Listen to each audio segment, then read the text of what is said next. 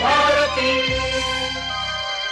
सखी सहेली। सभी सखियों सहेलियों को मंजू द्विवेदी और प्यारी बुआ का नमस्कार। नमस्कार बुआ जी, आपका बहुत स्वागत है कार्यक्रम में। बहुत बहुत धन्यवाद। भाई देखो, ऐसा है ना कि आज फिर तुम कहोगे कि ये यहाँ मत करिए, ये वहां मत करिए, इसकी वो चीज इस्तेमाल मत करिए, इसकी वो चीज इस्तेमाल मत करिए, ये क्या कर दिया बुआ आपने। हाँ। तो वैसे बात तो ठीक कहती हो, लेकिन उस समय जरूर खराब लगता है, लेकिन जरूरी भी है ना। हाँ, लेकिन कुछ चीजों के बारे में सावधानी बरतना बहुत जरूरी है, क्योंकि इन्फेक्शन होने का खतरा रहता है। तो जो सौंदर्य प्रसाधन है उनके बारे में आज हम बात करेंगे कि अगर उनके इस्तेमाल एक दूसरे के इस्तेमाल से बचा जाए तो क्या क्या चीजों से हम बच सकते हैं और बहुत जरूरी है बचना। और जाहिर है कि इसी तरह से बचना उस चीज से भी जरूरी है जिसमें कि हम धैर्य खो बैठते हैं, यानी कि धैर्य से रहें। और किस तरह से अगर आप धैर्य से रहेंगे, सब्र से रहेंगे, तो उसका जो फल मिलेगा आपको वो एक अच्छी सेहत के रूप में आपको मिलेगा। बिल्कुल। जब हम अपना सब्र खो देते हैं ना, तो हमें गुस्सा आता है, उद्विग्नता होती है, और ये सब हमारे शरीर के लिए बहुत नुकसानदायक बहुत होता है। ज्यादा। तो इन बातों का ख्याल रखना जरूरी है। इसके अलावा विश्व रेड क्रॉस दिवस है आज, तो इस विषय पर भी हमारी चर्चा होगी।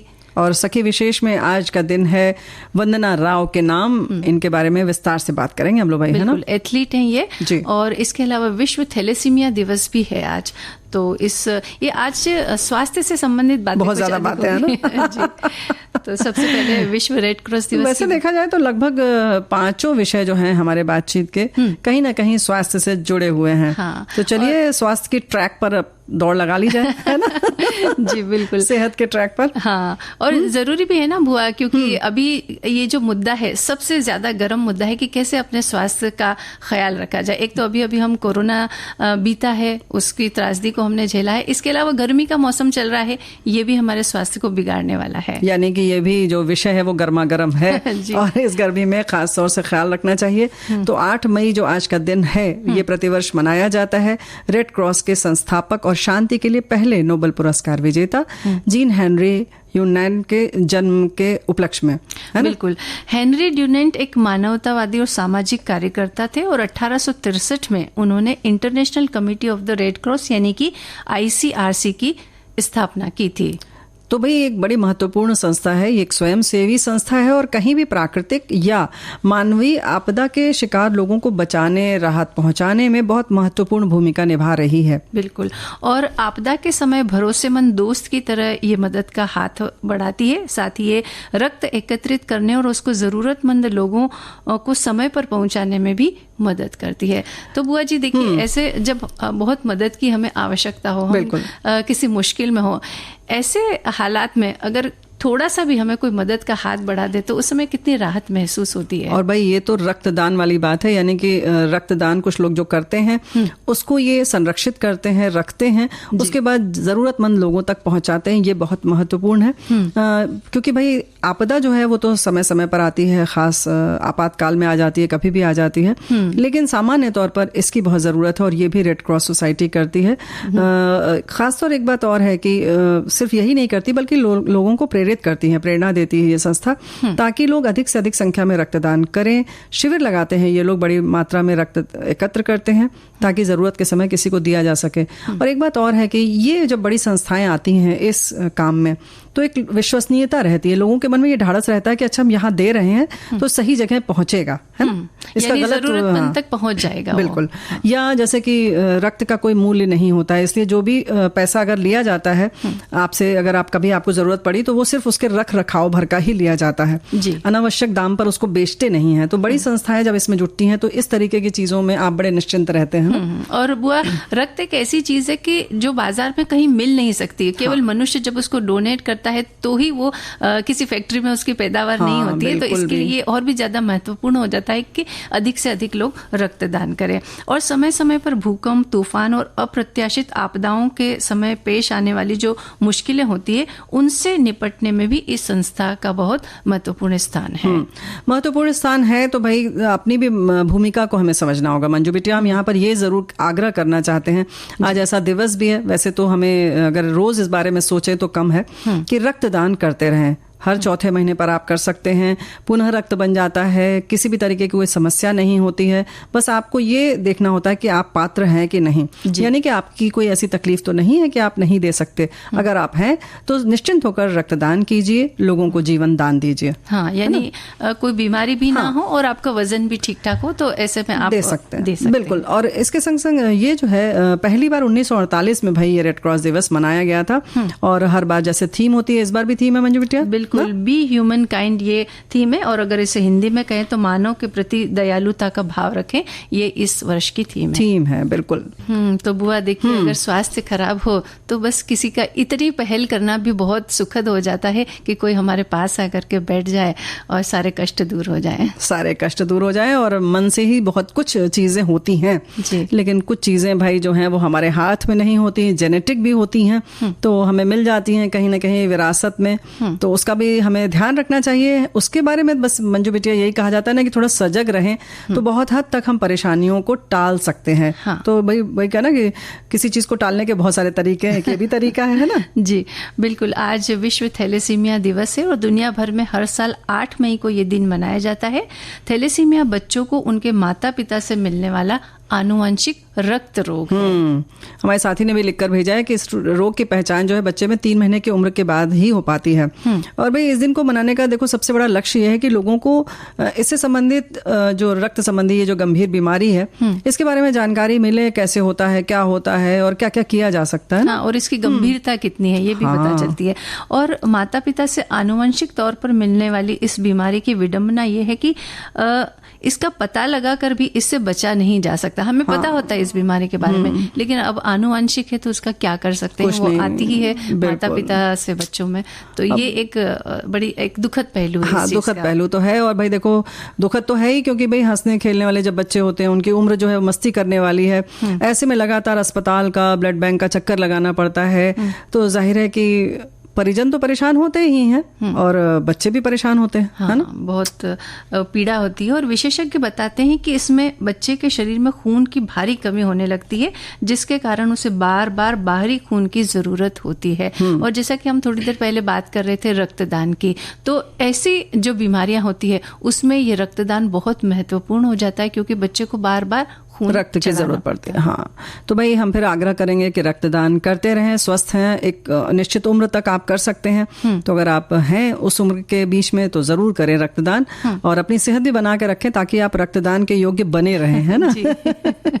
क्योंकि आप अगर स्वस्थ हैं तो बहुत अच्छी बात है, क्योंकि खून की कमी से हीमोग्लोबिन नहीं बन पाता है। हम जिस बीमारी की बात करें थैलेसीमिया में, और बार बार खून चढ़ाने के लिए क्या होता है कि शरीर में अतिरिक्त लौह तत्व जमा होने लगता है, जो हृदय पहुंचकर कभी कभी जानलेवा भी हो जाता है। हाँ, जब ऊपरी रक्त जब हम चढ़ाते हैं तो ये समस्या, फिर उसके बाद ये भी एक समस्या सामने आती है, इससे भी निपटना है। हाँ मंजू बेटी, एक बात और है ना, जब भी बाहरी रक्त चढ़ाओ तो कहीं ना कहीं संक्रमण की भी संभावना रहती है। हाँ। उससे भी जी डरता ही रहता है ना। जी, इतना सामान्य नहीं है कि कह दिया अच्छा रक्त तो चढ़ा लिया, बहुत पैसा है, चलो रक्त चढ़ा लेंगे, लेकिन इतना आसान नहीं है सब कुछ। और कई बार क्या होता है, रक्त दान जो देने वाले हैं, अगर उनको कोई बीमारी और उसका पहले से पता नहीं लगाया गया और उन्होंने रक्त दे दिया तो वो बीमारी का संक्रमण भी हो जाता है। तो एक तो पहले ही थैलेसीमिया की वजह से शरीर कमजोर है, और उसके बाद अगर ऐसा रक्त चढ़ा दिया जाए तो ये एक और दूसरी समस्याओं को जन्म देता है। इसके लक्षणों की अगर हम बात करें ना बुआ जी, तो बार बार बीमार होना, सर्दी जुकाम बने रहना, कमजोरी और उदासी रहना, और उम्र के हिसाब से शारीरिक विकास नहीं होना, ये सारे लक्षण अगर नजर आते हैं तो थोड़ी सावधानी जरूरत है। और समझ ले, इस तरह भी डॉक्टर से खुद भी आप कह सकते हैं कि भाई डॉक्टर साहब देख लीजिए हमें थैलेसीमिया तो नहीं है, है ना? ये नहीं, हम लोग कहते हैं लो तुमने तो खुद ही नाम ले लिया इसलिए हो गया, तो ये सब ना सोचे, ये अनुवांशिक है, अगर है तो है। इसके संग संग अगर शरीर में पीलापन बना रहता है, क्योंकि अगर जैसे खून की कमी है तो जाहिर है कि कहते हैं ना एकदम पीले पड़ गए हो, तो इसका मतलब यही है कि खून की कमी है। इसके संग संग जाहिर है कि फिर आपको सांस लेने में तकलीफ होगी, और कई तरीके के जो संक्रमण हैं वो बहुत जल्दी जल्दी हो जाएंगे, क्योंकि आपके पास वो क्षमता नहीं है कि आपका शरीर उन संक्रमणों से लड़ सके। जी, और बचाव की अगर बात करें तो बहुत कम है इसके उपाय, लेकिन फिर भी बताना जरूरी है। तो विवाह से पहले महिला और पुरुष के रक्त की जांच करवाना चाहिए, क्योंकि दोनों के रक्त से मिलने पर कुछ ऐसी बातें उत्पन्न हो सकती हैं जिससे कि ये थैलेसीमिया होता है। तो अगर पहले से जांच करवाएं तो ये डॉक्टर्स पता लगा सकते हैं। तो ये किया जा सकता है।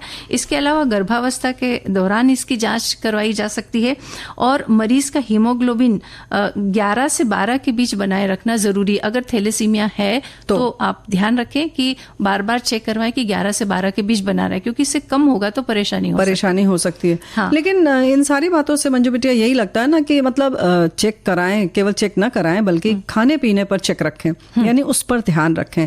और जो प्राकृतिक तौर पर हमें जो चीजें मिलती हैं, लौह तत्व मिलते हैं, जैसे कि पालक है, हरी सब्जी, जितनी भी पत्तेदार सब्जियां हैं, खासतौर से उन्हें लोहे की कढ़ाई में पकाना, लोहे की झरनी से चलाना, इन सब चीजों का अगर ध्यान रखें तो बहुत हद तक हम थोड़ा संभल कर चल सकते हैं। हाँ। इस बीमारी के साथ भी। बिल्कुल।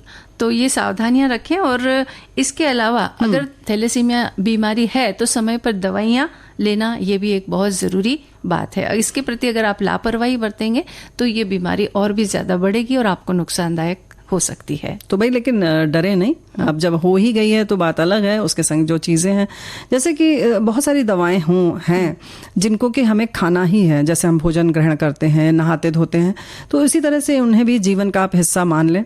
और ऐसा नहीं कि आप हर समय दुखी रहें कि अब लो इसे भी खाना पड़ेगा।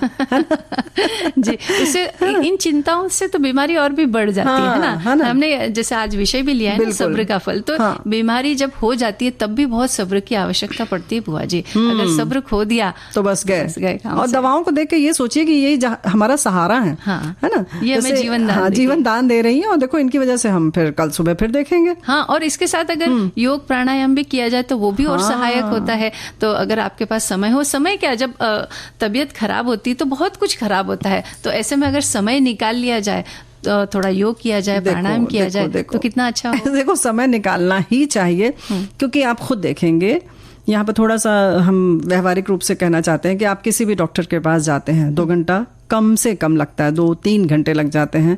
किसी अस्पताल में जाते हैं, चक्कर लगाते हैं तो 3-4 घंटे चले जाते हैं। तो रोज अगर आधी घंटा कम से कम अगर आप निकाल लें तो इसमें क्या गलत है। हाँ। और बुआ जी, दवाइयों, डॉक्टर की फीस और ये सब करके खर्च भी बहुत बढ़ जाता है। और प्राणायाम मुफ्त की चीज है, आप घर बैठे कर सकते हैं, उसमें कोई पैसा आपको देना नहीं है और स्वास्थ्य लाभ भी होता है। तो क्यों ना इस चीज को भी एक बार आप करके देखिए, अच्छा और जब ये जो बिल है जब बढ़ेगा तब तुम कहोगे धैर्य रखो, तो वो तो होगा नहीं। बुआ जी गीत हमने सुन लिया और हम तो यही चाहते हैं कि सभी अपने करीबियों के करीब रहें। हाँ, लेकिन नसीब की जब बात आती है तो सबके नसीब में जो होता है या जो उसकी गुणवत्ता होती है, जो सामर्थ्य होता है, उसी के हिसाब से उसकी दिशा तय हो जाती है ना। बिल्कुल होती है।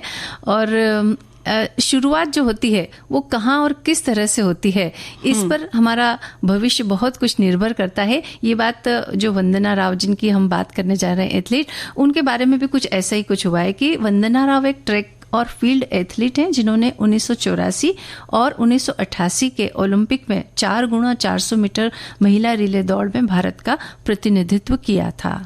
और एशियाई खेलों की स्वर्ण पदक विजेता हैं। उनकी उपलब्धियों के लिए ही तो भारत सरकार द्वारा अर्जुन पुरस्कार से सम्मानित किया। हाँ, और 1980 के दशक में जब हमारे देश में लोग क्रिकेट के दीवाने थे, और देश में ही क्यों, दुनिया में लोग क्रिकेट के दीवाने थे और किसी खेल के बारे में वो ज्यादा सोचा नहीं जाता था, तो विशेष तौर पर ट्रैक एंड फील्ड ये एक ऐसा खेल है जिसके बारे में लोग ज्यादा जानते भी नहीं थे और जानना चाहते भी नहीं थे, मेरे ख्याल से। बिल्कुल।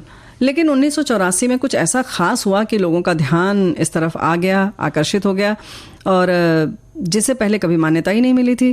खेल इतिहास में पहली बार ऐसा हुआ कि महिला खिलाड़ियों के नाम और तस्वीरें जो है वो अखबार और सब चैनल में छपने लगी और सब जगह दिखाई जाने लगी। हाँ, और इसकी वजह थी महिला प्रतिभाओं का एक नया गुट शानदार प्रदर्शन कर रहा था, खासकर ट्रैक और फील्ड श्रेणी में।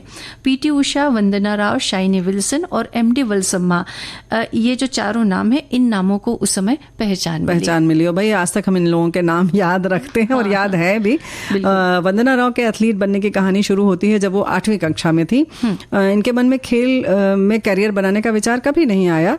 उनके परिवार में भी खेल जैसा कोई माहौल ही नहीं था और एथलेटिक्स के बारे में तो सोचा ही नहीं जा सकता था। हाँ, बिल्कुल। जब वो 8वीं कक्षा में पढ़ रही थी तब स्कूल में 100 मीटर की दौड़ लगाई गई। जैसे ही वंदना ने फिनिश लाइन को पार किया, उसने अपने शिक्षकों को चकित कर दिया। वंदना ने राज्य चैंपियन समय सीमा जो थी उसको पार कर लिया था, यानी उस रिकॉर्ड को भी तोड़ दिया था। उस रिकॉर्ड तो बहुत बड़ी बात है, पहली बार कोई दौड़े इस तरीके से।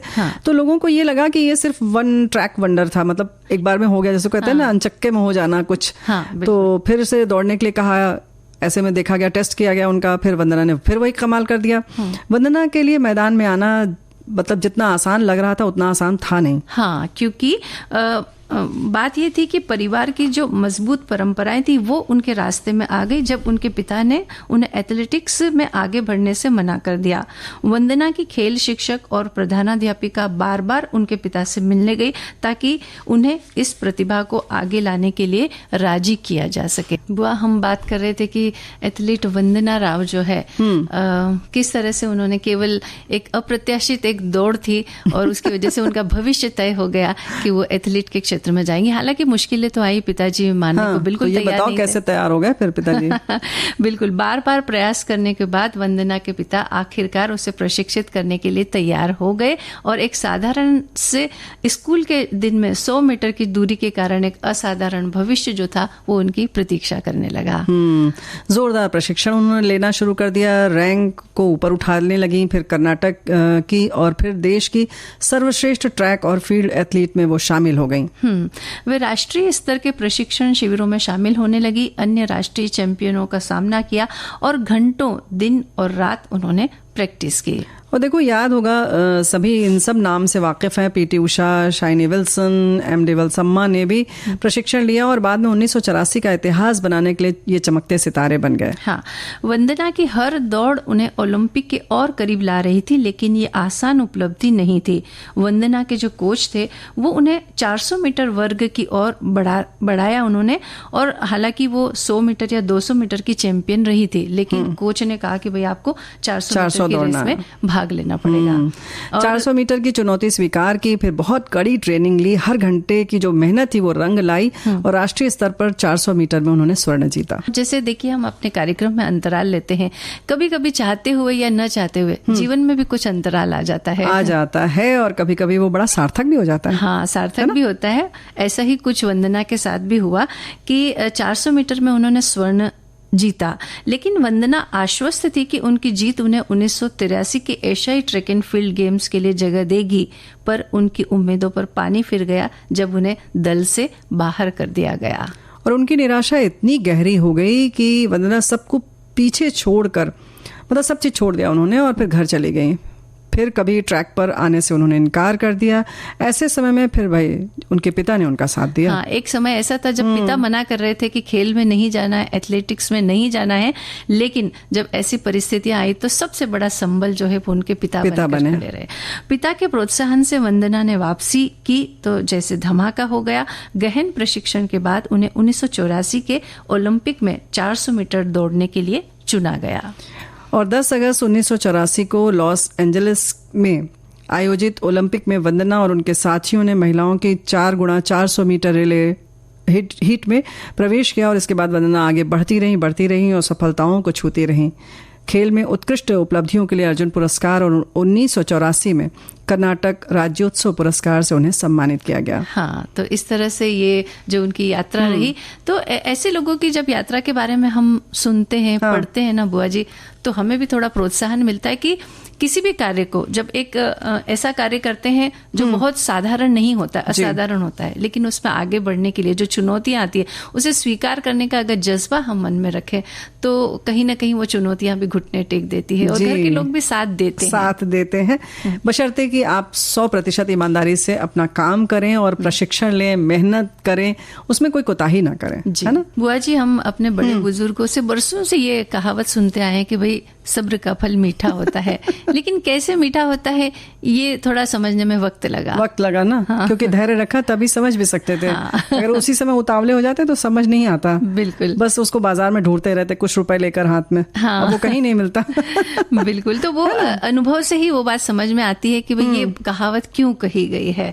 और हमारे श्रोताओं ने भी बहुत सारी बातें लिखी है, बहुत सारी बातें लिखकर भेजी है। जैसे कि लिखा है ना कि जहाँ सब्र की कमी आपको तनाव, गुस्सा, दूसरी परेशानियां दे सकती है, वहीं धैर्य धैर्य रख कर आप अपने जीवन को, अपने स्वास्थ्य को बेहतर बना सकते हैं। ये बात बिल्कुल सही है ना? और एक श्रोता हमारे ये भी लिखते हैं कि सब्र का फल मीठा होता है। ये बात अक्सर महसूस की है मैंने। मैं हमेशा अपने काम में आने वाली बढ़ोतरी अथवा कमी से उतावली होकर खुश या दुखी हो जाती हूँ, जिस पर मुझे बाद में एहसास होता है कि सब्र का फल मीठा होता है। किसी भी कार्य को करने के बाद उसके परिणाम के लिए उतावलापन दिखाना ही उस कार्य के प्रति हमारा पहला गलत व्यवहार होता है। हमें हमेशा वक्त देना चाहिए और शांति से अवलोकन करना चाहिए। जल्दबाजी में सामान्यतः निराशा ही हाथ आती है और कई बार हमसे बड़ी गलती भी हो जाती है। बिल्कुल सही बात है। और वैसे गलती होगी ही होगी, क्योंकि हर चीज के लिए एक समय होता है ना। जैसे कि अब चावल पकना है तो उतना तो समय लगेगा, है ना? हाँ। अब आप सोचो रखा और हो जाए तो होगा नहीं, चाहे कितनी भी तेज आप गैस कर दें, है ना? बिल्कुल। तो ऐसे ही हमारे एक साथी ने मुहावरा लिखा है। पहले तो लिखा है उतावला सो अधीर, धीर सो गंभीर। लिख रहे हैं गुजराती मुहावरा है उतावले आंबा ना पाके, मतलब समय और सीजन होने पर ही आम पकते हैं। मतलब पक्के आम खाने के लिए सब्र जरूरी है। इसीलिए तो कहा जाता है सब्र का फल मीठा होता है। सब्र की बात हर एक के लिए, हर चीज, हर काम के लिए जरूरी है। आजकल आम पकने का समय चल रहा है तो चाहे उतना खा लो और सभी को खिलाओ भी। तो भाई ये तो अतिरिक्त हो गया। बिल्कुल। और एक श्रोता हमारे ये भी लिखते हैं कि जिन लोगों में धैर्य की कमी होती है उनमें बीमारियों का खतरा भी ज्यादा होता है। सब्र और दिल की सेहत के बीच सीधा संबंध है, ये भी माना जाता है। अधीरता हमें सांस लेने में तकलीफ, मांसपेशियों में तनाव और झगड़ालू प्रवृत्ति बनाती है, जिससे हम कई मानसिक और शारीरिक व्याधियों का शिकार हो जाते हैं। धैर्यवान बनने हेतु प्राणायाम जैसे व्यायाम, प्रकृति के बीच चहलकदमी करना, अपने पालतू पशुओं के साथ समय बिताना, लेखन जैसे काम मददगार साबित हो सकते हैं। धैर्यवान होना अच्छी सेहत का परिचय है। बिल्कुल सही बात है। सब्र का फल हमेशा मीठा होता है, सेहत हो या संबंध। जिह्वा पर संयम ही दोनों को स्वस्थ रखता है। तो भाई जिह्वा पर संयम बड़ी मतलब कई मायने में ये जिह्वा पर नहीं, खाने के मामले में भी तो है, बोलने के मामले में तो है ही, अब खाने के मामले में भी है। चलो खैर बड़ा मुश्किल है, लेकिन फिर भी आम पकने तक थोड़ा सा इंतजार करना पड़ेगा। फिर जिह्वा पर कैसे संयम होगा ये बताओ। अब यही तो मीठा फल खाना पड़ेगा। हाँ, यही तो हमारी परीक्षा होती है। ये हमारे धैर्य की परीक्षा होती है कि हम, और आम को पकने का वो भी एक हमारे धैर्य की परीक्षा है कि थोड़ा इंतजार करो, उन्हें बड़ा होने दो। तो लोगों को क्या लगता है कि जैसे ही आम दिखा, एक पत्थर मारा, तोड़ लिया और कच्ची केरी का ही कुछ चटनी वगैरह बना ली। लेकिन पकने के बाद उसकी जो मिठास होती है उसका आनंद कुछ और होता है। ऐसे ही जीवन की बातों का भी आनंद होता है कि जब समय होने पर वो घटना होती है तब उसकी जो मिठास होती है उसको महसूस कीजिए, तो वो होता है सब्र का फल। सही बात है। और इस बात के लिए थोड़ा सा इंतजार रखिए। लेकिन जो समय गुजरता है, जो जैसे तुमने कहा कि हम देखते रहें कि हाँ आम पक रहा है और समय जा रहा है, उस समय थोड़ा सा खुश रहें और उस बात की प्रतीक्षा में खुश रहें या कुछ और कर लें।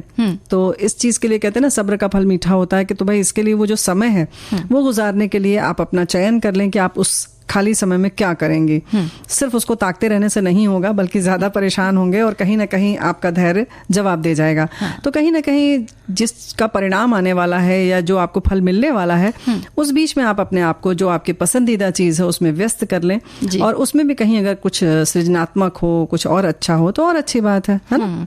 और जब हम अपना सब्र खोते हैं ना बुआ जी, तो गुस्सा आता है हमें कि अरे ये काम होना चाहिए था लेकिन नहीं हुआ। गुस्सा आया यानी कि आपके शरीर में तनाव आया यानी कि मांसपेशियों में खिंचा हुआ। तो ये सब क्या बीमारियों के लक्षण होते हैं। तो इसीलिए कहा जाता है कि सब्र का फल जो है अच्छी सेहत भी होता है। तो वो यही कारण है। जैसे कई बार है ना, हम कुछ लाइन में खड़े रहते हैं, किसी ग्रोसरी शॉप की लाइन में खड़े हैं, या कभी एयरपोर्ट पर जाएं तो वहां भी हमको लंबी कतार में खड़ा होना पड़ता है। बस की हो, ट्रेन की हो, कहीं भी हो सकता है। तो कई लोग जब लाइन में खड़े होते हैं बड़े बेसब्र हो जाते हैं और मुंह से कुछ अजीब आवाजें निकालते हैं, और ये अपने हाव भाव से वो ये दर्शाते हैं कि हमें बहुत बेचैनी हो रही है। वहीं कुछ लोग ऐसे भी होते हैं जो बड़ी शांति से खड़े होते हैं और वो कुछ ऐसा कुछ प्रदर्शन नहीं करते हैं कि हम बहुत बेसब्र हो रहे हैं। अब देखिए, इंतजार दोनों को करना है, लेकिन एक व्यक्ति किस ढंग से कर रहा है और दूसरा व्यक्ति किस ढंग से कर रहा है, ये तो हमें देखना पड़ेगा। बिल्कुल सही बात है। और जैसे तुमने कहा कि तनाव में मांसपेशियां खिंचती हैं, कहीं ना कहीं अकड़न होती है,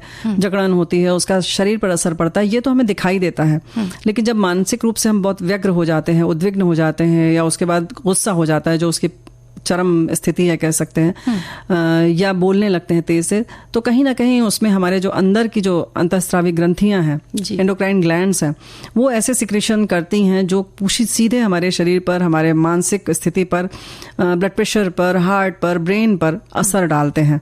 और वो जो आघात होता है वो ऐसे ही पड़ता है, जिसको कहते हैं ना कि हृदय आघात हो गया, हार्ट अटैक हो गया, ब्रेन हैमरेज हुआ, ये सब इन्हीं स्थितियों की चरम परिणति है। यानी बहुत एक्सट्रीम पर जब हो जाता है तो ये भी हो जाता है। हाँ, यानी जब थोड़ा थोड़ा होता है तो हमें पता नहीं चलता है। 1 दिन 2 दिन 10 दिन या 1 साल 2 साल की जो उद्विग्नता होती है वो धीरे धीरे असर डालती है, और जब एक चरम सीमा आ जाती है तब ये एक फूट करके किसी बड़ी बीमारी के रूप में बाहर निकलता है। तो जब शुरुआत होती तो हम सोचते तो क्या हो गया, उस समय ऐसा किया तो क्या हुआ, ऐसा तो कुछ भी नहीं हुआ, लेकिन कहीं ना कहीं शरीर पर असर इसका हो रहा है, ये हमें मानना पड़ेगा। बिल्कुल। अरे मंजू बेटे, एक बात तो है, मानना, हम तो मानना क्या होता तो है, दिखाई भी देता है, हम मानने को तैयार नहीं है, ये कहो कोई नहीं मानता है, क्योंकि तुरंत आप देखेंगे गुस्से के बाद ना तो आपको भूख लगती है ना प्यास लगती है। कोई अगर एक गिलास उस समय पानी भी देता है तो आप कहते हैं रखो इसको किनारे, हमें नहीं चाहिए, है ना, जबकि आपके शरीर को जरूरत है। चेहरे से पता चल रहा है आपके, लेकिन आप मानते नहीं। और जब गुस्सा आता है तो हमें बहुत पसीना भी आ जाता है, तो पसीना आता है यानी शरीर में आपके कहीं ना कहीं कुछ तो रिएक्शन हो रहा है, जिसकी वजह से अचानक आप पसीने से तरबतर हो गए, धड़कनें बढ़ जाती हैं, अकड़न तो जैसे तुमने बताया वो तो आ ही जाती है, हाथ पैर जो मतलब आंखें भिज जाती हैं, होंठ थरथराने लगते हैं, कभी कभी इतना ज्यादा होता है कि हाथ पैर कांपने लगता है क्रोध के कारण। तो ये सारे लक्षण भी दिखाई देते हैं, और कहीं ना कहीं अंदर से भी जो परिवर्तन होता है वो भी आप महसूस करते हैं। यहाँ थोड़ी सी हम चोरी कर जाते हैं, बेईमानी कर जाते हैं कि नहीं और ये सामान्य चीज है, अब इतना भी गुस्सा नहीं करेंगे, खून है तो खोलेगा नहीं क्या, यही कहते हैं ना हम लोग। ये भी कहा जाता है कि अरे इतना गुस्सा नहीं करेंगे तो सामने वाला हमारे सिर पे चढ़कर बैठ जाएगा, ये भी कहा जाता है। लेकिन वो सिर पे चढ़कर बैठे या ना बैठे, लेकिन हमने अपने सेहत का नुकसान कर लिया है, ये निश्चित बात हो जाती है। और इसके अलावा जब हम गुस्सा करते हैं, यानी सब्र खोते हैं तो गुस्सा आता है, और जब गुस्सा आता है तो हम किसी से भी बहुत जल्दी झगड़ा भी कर लेते हैं।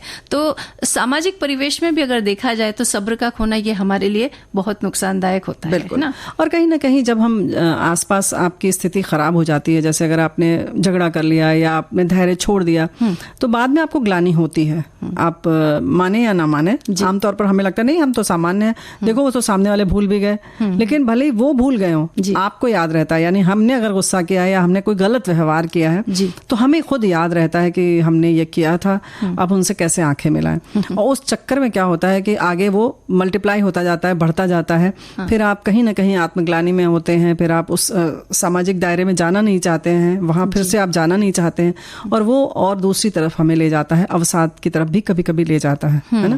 बिल्कुल। तो इन परिस्थितियों से बचने के लिए थोड़ा सा सब्र रखें।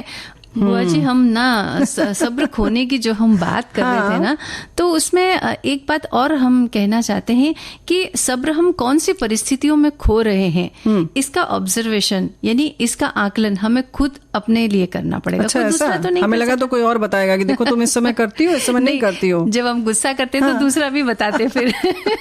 हाँ, ये भी है। अगर अच्छा मित्र है तो आप उससे भी पूछ सकते हैं, लेकिन खुद आकलन करें तो सबसे अच्छा है। लेकिन उसके बाद क्या करें ये बताओ जरा। उसके बाद आकलन करें और फिर ये सोचें कि इन परिस्थितियों से कैसे उबरा जा सकता है, कैसे ऊपर उठा जा सकता है। अगर ध्यान करने से, अपने ईश्वर की आराधना करने से, या कोई म्यूजिक सुनने से, या कोई गीत गुनगुनाने से, जैसे भी आपके मन को शांति मिलती है, या जैसे भी आपका सब्र बना रहे, ऐसा कौन सा उपाय है ये आप खुद सोचिए और उसे करने की कोशिश कीजिए। यानी कि उस स्थिति को टालने के लिए कुछ आपको अभ्यास करना पड़ेगा। इसके लिए कुछ लोग हो सकता है कि टहलने जा सकते हैं, ये आपके ऊपर निर्भर करता है। या आपको देखना पड़ेगा कि आपको क्या सूट करता है ना। कुछ लोग कहेंगे इस समय कैसे हम ध्यान कर सकते हैं, तो कुछ नहीं, आपको कुछ श्लोक, कुछ मंत्र या कोई गीत, कोई कविता आपको लगता है कि हम इस समय शांति से बैठ के हम कमरा बंद कर लेंगे, बैठ जाएंगे और ये करेंगे। हो सकता है आपको 1 से 100 तक गिनती आप गिन लीजिए और देखिए, हो सकता है आपका मन शांत हो जाए। हाँ, और आपके घर में अगर कोई छोटा बच्चा, उसकी कोई हरकत उस समय आपको याद आ जाए तो उसे भी ध्यान कीजिए,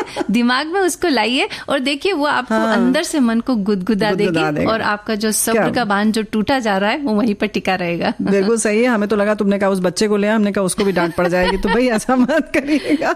लेकिन ये बात बिल्कुल सही है कि कुछ ऐसी चीजों को करना चाहिए। ये व्यवहारिक जो है वो तरीका आप जरूर अपनाएं। सिर्फ ये कहने सुनने से नहीं होने वाली चीज है, और कुछ बातें और भी व्यवहार में ये कहने सुनने से हो जाएगी। जो तुम अभी बताने वाली हो कि सौंदर्य प्रसाधन जो है वो एक दूसरे का इस्तेमाल ना करें, हाँ, तो मान जाएंगे हम। हाँ, मान लेंगे तो अच्छा है, आपका स्वास्थ्य अच्छा रहेगा। हाँ ना, क्योंकि अक्सर ऐसा होता है, और शादी ब्याह में खास तौर से। अब मैचिंग की लिपस्टिक ही नहीं है, अब हम लेके गए थे मरून साड़ी, पता लगा गुलाबी लिपस्टिक रख ली, अब वो मरून नहीं मिल रही है या थोड़ा सा बैगनी शेड वाली चाहिए, तो फिर जाहिर है कि अपनी बहन भाभी जिसके पास मिली और ले लिया, लगा लिया। हाँ, ले लिया, लगा लिया, वहां तक तो ठीक है, लेकिन उसके बाद अगर कुछ दुष्परिणाम अगर उसके निकले तो फिर उसके लिए हमें तैयार रहना होगा। लेकिन ऐसा ना हो, इसके लिए थोड़ी सी सावधानियां हमें बरतनी चाहिए। और सबसे पहले तो हम बात करते हैं मेकअप किट जो होता है, उसमें मेकअप किट में क्लिनजिंग डिवाइस जो होता है, सबसे पहले हम क्या करते हैं, मुंह की सफाई करते हैं, क्लीन करते हैं उसको। और उन कई बार मार्केट में बहुत सारे नए नए क्लिनजिंग डिवाइस आते हैं, तो जो हमारे पास नहीं है, हमारी भाभी बहन या पड़ोसन किसी के भी पास अगर है, तो हमारा मन जो है वो ललचा जाता है कि अरे वाह, ये बहुत अच्छी चीज है, इसे हमें इस्तेमाल करके देखना चाहिए। लेकिन क्लिनजिंग डिवाइस पर सबसे ज्यादा मृत कोशिकाएं और जीवाणु होते हैं, जो आसानी से यानी एक से दूसरे के चेहरे पर पहुंच जाते हैं, क्योंकि पहले ने साफ किया और उसकी मृत कोशिकाएं उसके ऊपर लग गई, और फिर हमने इस्तेमाल किया तो हमारे चेहरे पर आ गई।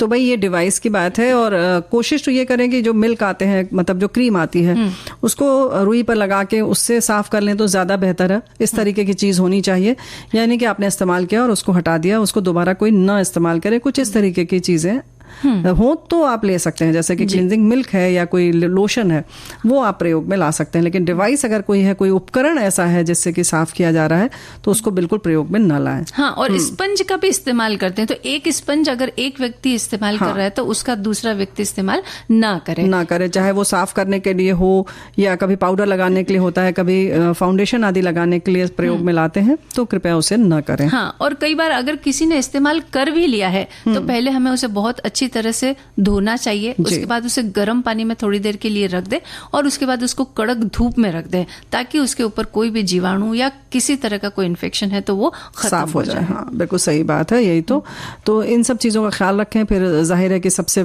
बड़ी बात जो हमने शुरू में ही कहा कि लिपस्टिक की आती है, उसके लिए तो बहुत ज्यादा सतर्क रहने की जरूरत है, क्योंकि ये बहुत नजदीक का मामला है, जो मुंह में भी जाती है कहीं ना कहीं, तो इस बात का ख्याल जरूर रखें। और हमारे बहुत सारे साथियों ने इस बारे में लिखा भी है।